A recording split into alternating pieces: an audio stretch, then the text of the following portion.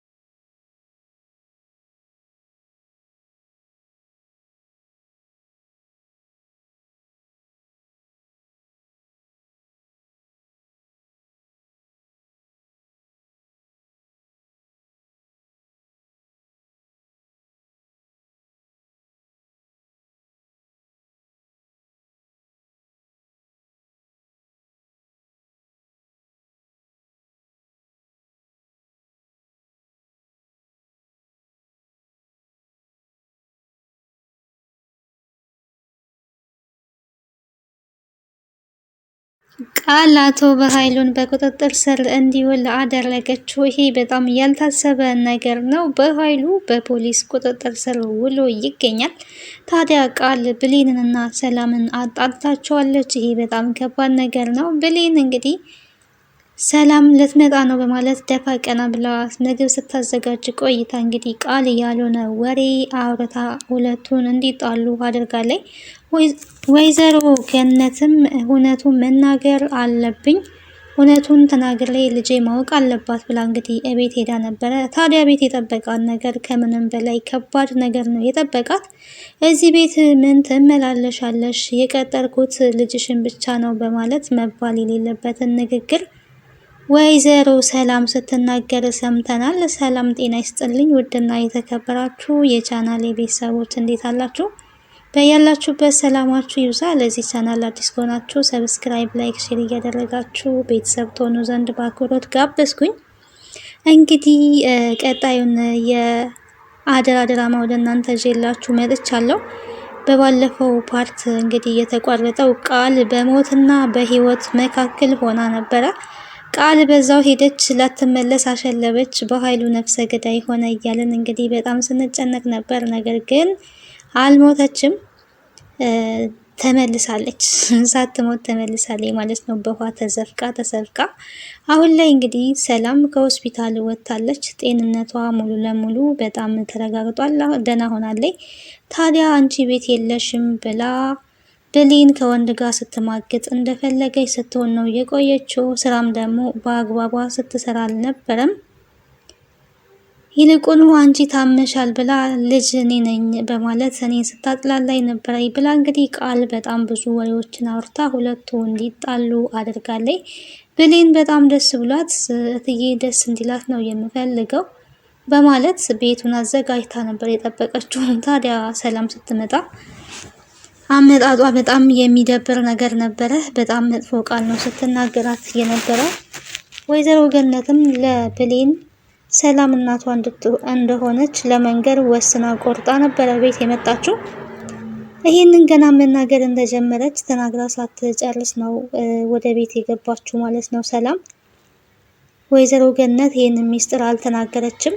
ዛሬ ይለይልኝ መናገር አለብኝ ነበር ስትል የነበረው። ነገር ግን እሷ እንዳሰበችው ሳይሆን ነገሮች መስመር ስተው ነው የተገኙት። ይህንን ሚስጥር እንዳትናገር ታዲያ የገነት ጎረቤት የሆነችው መናገር የለብሽም እያለቻት ነበረ።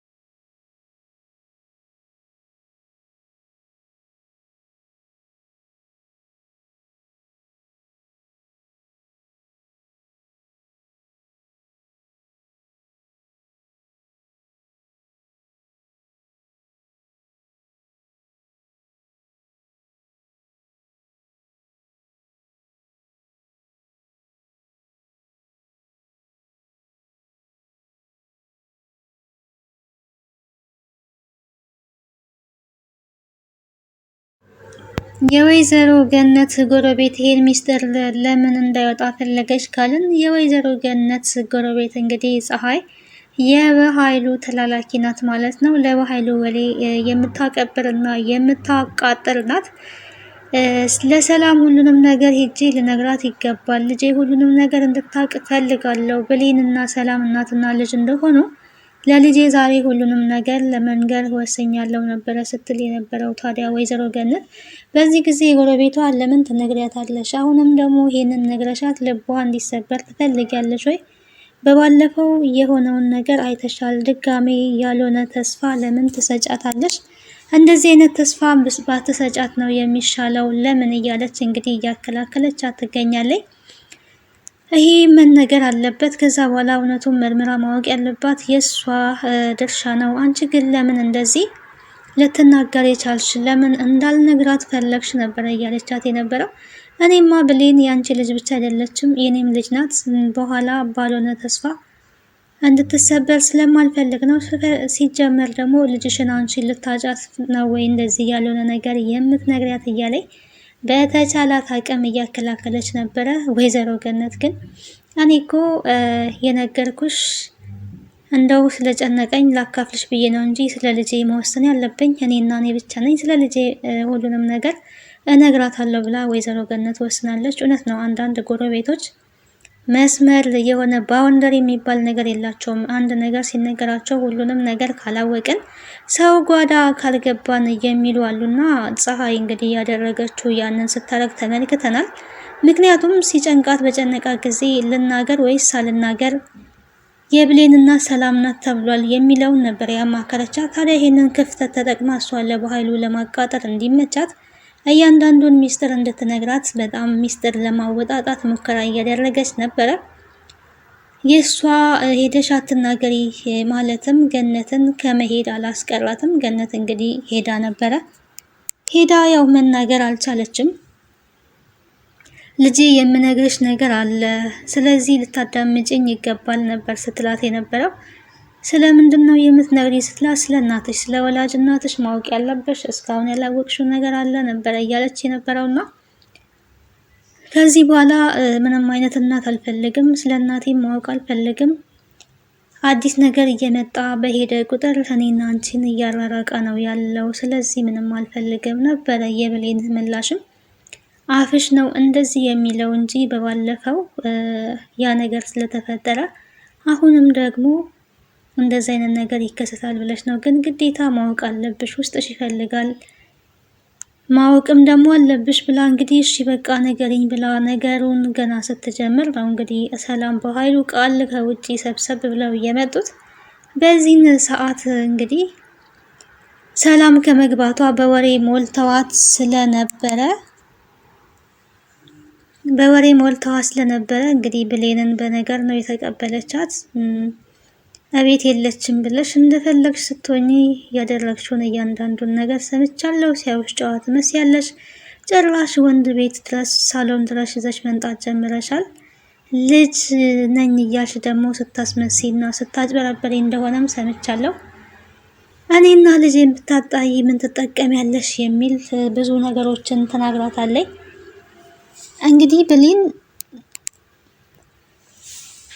ብሌን እንግዲህ በባለፈው ሰላም በታመመች ጊዜ ከጎኗ ሆና አንቺ ነሽ ልጄ ስትላት፣ አዎ እኔ ነኝ ልጅሽ ነኝ እያለች ነበረ። እንድታረጋጋ ስለፈለገች ነው እንጂ ይሄንን አስባ አይደለም።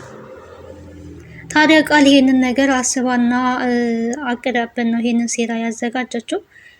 ከሳሚ ጋር ተማክራለች። ቃልና ሳሚ የተማከሩት አሁን ላይ በኃይሉን ለመጣል ነው የተማከሩት። ሁሉንም ነገር በኃይሉን መጣል አለብን፣ እናንተ በኃይሉን መበቀል አለብን ባለችው መሰረት ቃል እንግዲህ በኃይሉን ተበቅለውታል። የእውነትም ማለት ነው። ሳሚ አንድ ነገር ቃል አስገብቷታል። እሱ ደግሞ ዳግምና ብሌንን መለያየት አለብሽ፣ ከዛ ብሌንን የኔ እንድታረግልኝ ፈልጋለሁ ብሏታል። እሱንም ያው እየሞከረች ትገኛለች። ስም በማጥፋት ጀምራለች ማለት ነው። ብሌንና ሰላምንም እንዲጣሉ አድርጋለች። ቀጣይ ደግሞ ቃል እንግዲህ ዳግምና ብሌን እንዲጣሉ ማድረጓ የማይቀር ነው። እሱም አንደኛው እቅዷ ነው። ወይዘሮ ገነትን እንግዲህ ለመግደል በሄደበት በትክክለኛ ማስረጃ እንኳን ፖሊሶች እንዳይፈልጉ ነው የሆነውና ለገነት እንግዲህ ፈጣሪ ረድቷት ቀጥታ ወደ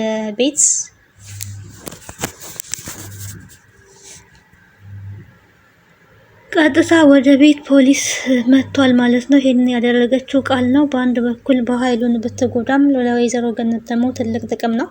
ወይዘሮ ገነትን ለመግደል እንግዲህ ጥይት እየተኮሰ አቀባብሎ ነበረ።